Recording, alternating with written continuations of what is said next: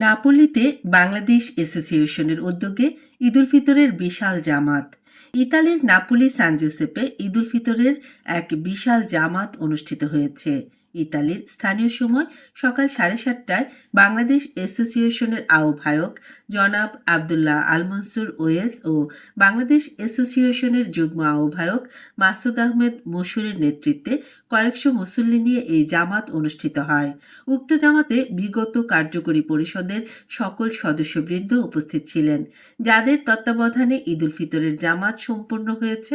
এদের মধ্যে অন্যতম হচ্ছেন জালালাবাদ অ্যাসোসিয়েশনের সাবেক সভাপতি জনাব শরফুদ্দিন, বাংলাদেশ অ্যাসোসিয়েশনের সাবেক সহ-সভাপতি সুফিয়ান রহমান, সাবেক সিনিয়র যুগ্ম সাধারণ সম্পাদক মাহবুব আহমদ, মুজিবুর রহমান, লিটন আহমদ, সুলেমান আহমদ স্বপ্ন, আহমদ শরীফ ফয়সাল এবং বঙ্গ টিভির চেয়ারম্যান আনোয়ার হোসেন।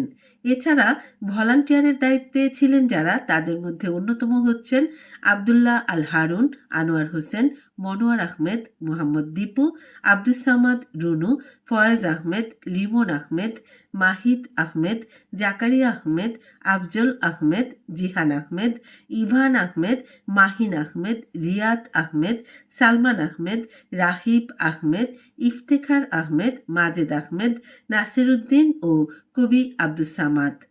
হাজারো মুসল্লির সামনে নাপোলি সান জোসেপে একটি মসজিদ করার ঘোষণা দেন কমিটির আহ্বায়ক মাসুদ আহমদ মশু। সেই সময় সবার সহযোগিতা ও দোয়া কামনা করেন তিনি এবং সবার প্রতি কৃতজ্ঞতা জ্ঞাপন করেন সুন্দরভাবে ঈদুল ফিতরের জামাত সম্পন্ন হওয়ার জন্য। নিউজ ডেস্ক, জাহানারা রেখা।